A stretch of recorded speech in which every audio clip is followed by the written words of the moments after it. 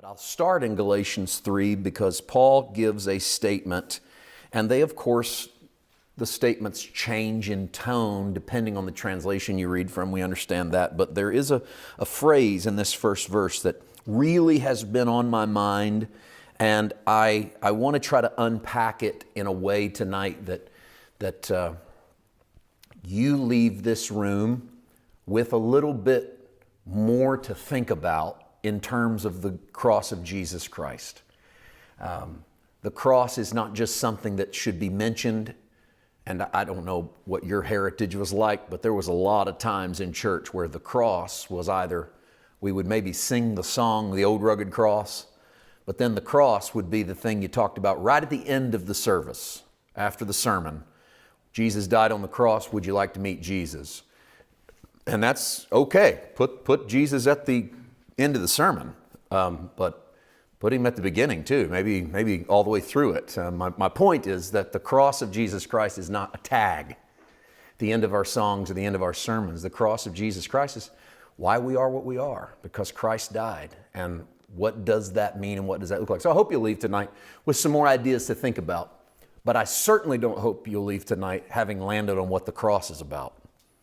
And the reason for that is because I don't think the cross is about one thing, or two things, or 10 things. I think the cross is about a lot of things. And there's no amount of time in the world to preach a sermon on what all the cross is about, so I will not try to do that either. But I do think we can present it in a way that it's almost as if we are there. And I don't mean in a Hollywood way, like watch this guy on camera get beat up by a Roman soldier, and then we feel the emotion of the death of Christ. We've all watched those movies. Nothing wrong with that, but that's not the spiritual truths of what Jesus goes through when he goes to the cross. It's just an emotional attachment to watching someone suffer. We would feel that attachment if we were watching anyone suffer, not just particularly because it's Jesus. So I'm not talking about looking at a painting and then imagining the cross. But I think the cross can be preached, presented, and lived out in a way in which it's as if we are there, because we're watching the process that happened. Here's how Paul says it in Galatians 3:1. You foolish Galatians. What a start, right? The word foolish is as close in the Greek to the English word stupid as you get in ancient Greek. Paul really comes out hot in chapter 3. You stupid Galatians, who has bewitched you? It was before your eyes that Jesus Christ was publicly exhibited as crucified. I like the old King James here that says it this way, although it's a phrase that makes very little sense in our modern English. It has something about it that stands out to me. He who was evidently set forth as crucified, Paul says. Now, what does that mean? Well, I think it means that Paul presented Christ crucified so much that it was as if the Galatians had been at Calvary.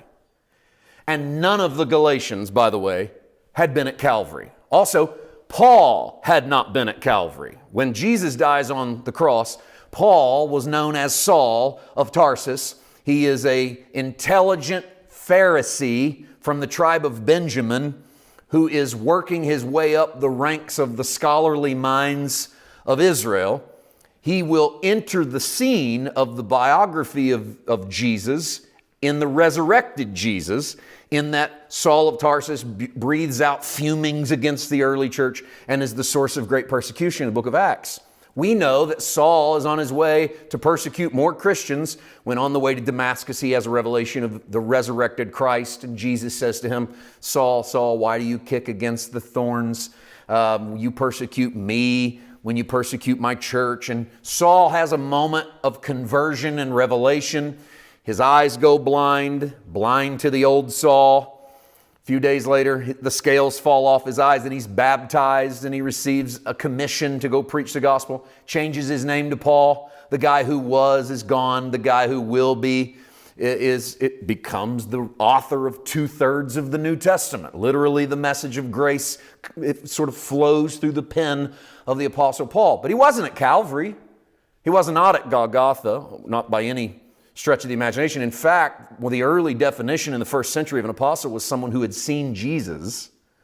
Paul called himself an apostle born out of due time. In other words, I'm an apostle born in the wrong moment. That was his way of saying, I didn't get to see Jesus.